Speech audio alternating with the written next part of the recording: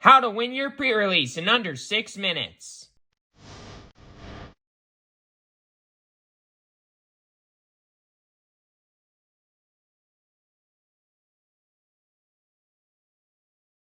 Hello and welcome to the table, and today let's dive right into things, starting and talking about the leaders that you need to know about, and then the cards to be looking out for. And the leaders that you need to be knowing about are, the leaders that interact with either your force units or your opponent's force units, because in this set, making sure that your opponent doesn't get value out of their force units by generating the force token or attacking with them and getting damage on your base or something like that is really good for you.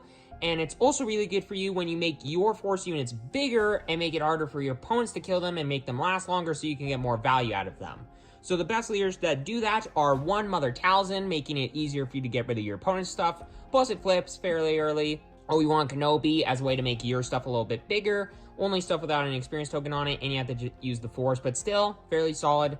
And then Supreme Leader Snoke, the best leader to be looking out for in this set, in my opinion, because it can give experience tokens repeatedly every single turn, and it's just a good static body when it flips, and also just makes stuff bigger. So Supreme Leader Snoke, really, really solid leader, along with Obi-Wan Kenobi and Mother Talzin. It's just other ways to make your stuff hard to kill or your opponents easier. But then as far as cards go, starting off with Vigilance, I got probably the best card in all of pre-release for this set, just draft in general. Nameless Terror, an absolutely busted, insane card that can make it impossible for your opponent to get value off of their force units because it just makes them lose that trait every single time that it attacks. Plus, when you play it, you get to exhaust one of your opponent's things. So, insane card.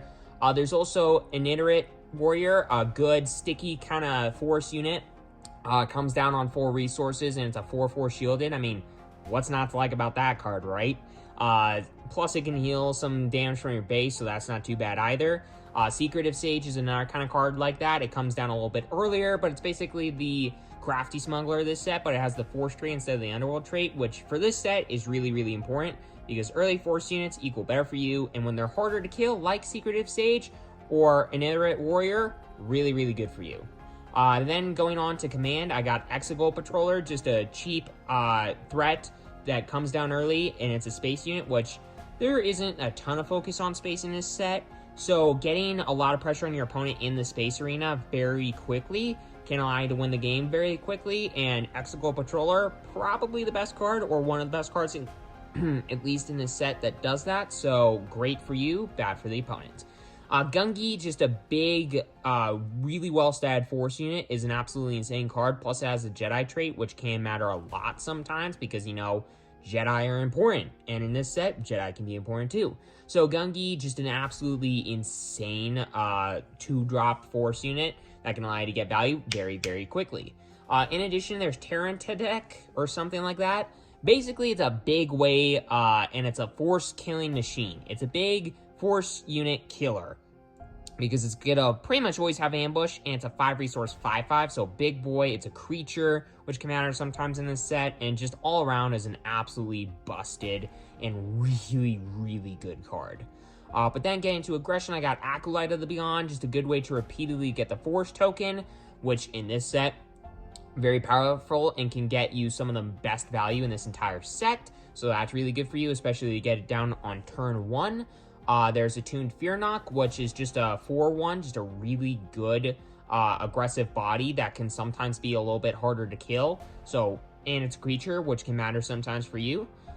There's also the insane, you know, kind of mid to late game beat sticks that can just end the game on their own. Quinlan Voss and Asajj Ventress.